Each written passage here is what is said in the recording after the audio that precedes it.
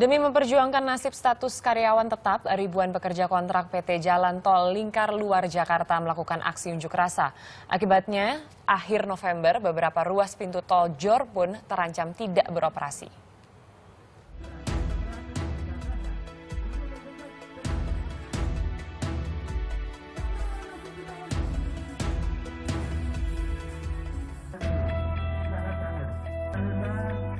Ribuan pekerja melakukan unjuk rasa di depan Istana Merdeka Kamis siang.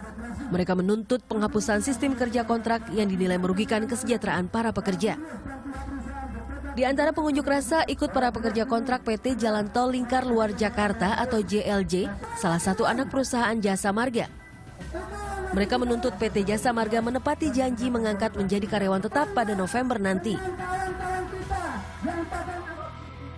Namun kenyataannya Jasa Marga mendirikan anak perusahaan baru, PT Jasa Layanan Operasi atau JLO, dan berencana memindahkan para pekerja kontrak ke perusahaan tersebut. Para pekerja pun menilai salah satu perusahaan negara ini telah melanggar janji yang telah disepakati. Nah, kemudian di situ ada harapan bahwa kami akan diangkat menjadi karyawan tetap PT JLJ, dan memang juga di situ kita ada janji tertulisnya di atas materai. Nah, kemudian ini yang terjadi adalah kita malah dialihkan. Maka saya dengan tegas saya menolak. Pekerja juga merasa dipaksa untuk menandatangani surat pindah kerja atau menandatangani surat pemberhentian kerja secara sepihak. Sebelum kontrak itu selesai, kenapa kita dinonaktifkan dan kita disodorkan di mana, maaf, itu ada surat pengunduran dari PT JLJ, dan itu pun kita ngerasa ditipu. Sebelum kita menerima surat itu, kita harus menandatangani dulu absen. Di mana sebenarnya absen itu keterangannya bahwa itu pengunduran diri dari PT JLJ. Itu secara sepihak. Para pekerja mencoba berunding dengan pihak JLJ, namun belum ada kesepakatan. Mereka pun menuntut Kementerian BUMN turut bertanggung jawab. Milik BUMN lah, di situ BUMN lah bertanggung jawab penuh terhadap BUMN yang ada di bawahnya. Mereka harus tahu, bukan melulu tentang bicara tentang laba BUMN, bukan melulu bicara tentang produktivitas BUMN, tapi mereka juga harus peduli terhadap permasalahan ketenagakerjaan yang ada di BUMN. Nggak bisa mereka melepas tanggung jawab. Tapi sampai detik ini surat-surat kami sudah puluhan kali dilayangkan, nggak juga direspon dengan baik. Tetap aja jalan itu yang namanya JLO. Jadi tidak ada hasil nih, solusi itu nggak pernah ada titik tengah lah istilahnya. Para pekerja mempermasalahkan berkurangnya hak kesejahteraan di perusahaan baru seperti gaji, jaminan kesehatan, dan bonus per tahun.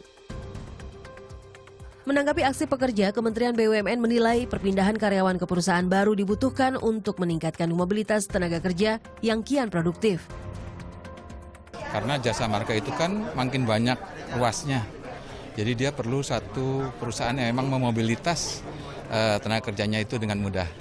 Kan gitu ya kan, sehingga dia harus bentuk satu perusahaan. Itu prinsip yang harus dipegang dulu, ya kan, bukan sengaja memisahkan JLJ dengan itu tadi. Ya memang dia punya planning sendiri. Jasa Marga ini mau menambah hampir sekitar 800-an Bu kilo. Kalau nggak dikelola dengan baik, karyawannya mindahinnya susah. Nanti saya udah karyawan JLJ nggak bisa dipindahin ke ini, kan tuh bingung ya. Ya. Padahal itu kan tenaga-tenaga yang sudah punya pengalaman. Tindakan serius untuk menyelamatkan nasib ribuan pekerja kontrak BUMN sangat diperlukan. Terlebih, Undang-Undang Nomor 13 Tahun 2013 tentang Ketenagakerjaan telah mengatur 5 jenis pekerjaan yang boleh dialihdayakan. Jadi di semua BUMN, Pak, dari zaman pemerintah Pak SBY sampai hari ini belum tuntas-tuntas. Bu Menteri selaku pemegang kekuasaan di Kementerian BUMN bikin aja surat kepada seluruh direksi BUMN, termasuk BPJS Kesehatan, BPJS Ketenagakerjaan, untuk mengangkat seluruh pekerja outsourcing di perusahaan itu. Menghadapi kemelut ini, kedua pihak pun sepakat melakukan perundingan selama 1 bulan. Bila kembali buntu, para pekerja tol akan melakukan mogok kerja pada akhir November mendatang. Dampaknya, pintu tol JOR dari BSD hingga ke Bekasi dan Tanjung Priok tidak beroperasi. Anissa Pratiwi, Edwan Nurfikta, melaporkan untuk NET.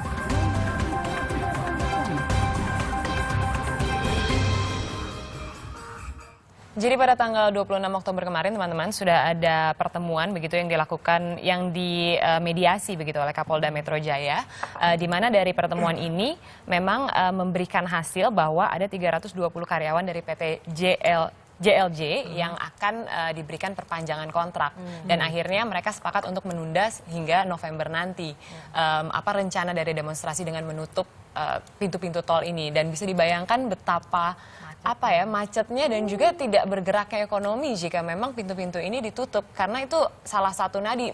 Sebenarnya Adrian juga tinggal di daerah-daerah dekat situ kan? Benar, dan juga memang ya ini juga menjadi keprihatinan. Selain kita memang sebagai pengguna tentu akan mendapatkan dampaknya, tapi memang cukup beralasan apa yang mungkin dialami oleh mereka, teman-teman yang mungkin sedang berjuang ya. Ini juga ada pernyataan dari Presiden Asosiasi Pekerja atau Aspek Indonesia Mira yang mengatakan bahwa Jasa Marga ini merupakan BUMN yang sudah menyalahi Undang-Undang Nomor 13 Tahun 2003 tentang Ketenagakerjaan. Kalau kita ingatkan kembali bahwa aturan outsourcing itu kan maksimum hanya 2 tahun untuk kemudian itu para karyawan harus diangkat menjadi karyawan tetap. Tapi yang terjadi PT, artinya mereka yang sudah diangkat oleh PT Jasa Marga sebagai pekerja outsourcing dilimpahkan lagi ke PT JLJ yang tadi Canas bilang. Kemudian akhirnya setelah 2 tahun mereka dijanjikan lagi untuk diangkat, tapi ternyata tidak, dipindahkan lagi ke anak perusahaan yang lain gitu. Itu yang menjadi kekecewaan mereka.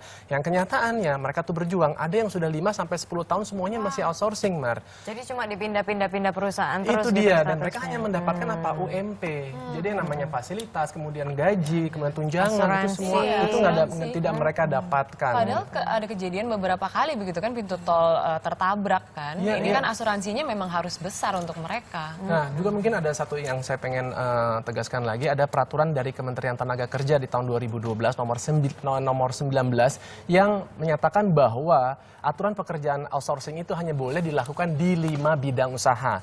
Yang pertama cleaning service, security, kemudian juga catering, terus juga transportasi. Ya, betul, pendukung transportasi, dan satu lagi adalah pekerjaan untuk pendukung pertambangan, di mana memang di Jasa Marga ini tidak gitu. Tapi mungkin kita bisa juga berbuat seperti ini teman-teman, dalam kegundahan seperti ini pada saat kita mungkin lewat tol, ya kadang kita suka lewat begitu aja. Mungkin kita bisa lebih ramah, lebih menyapa, lebih senyum kepada mereka. Ada banyak yang sering mereka kan cuma kerjanya cuma ngasih-ngasih kembalian uang saja gitu.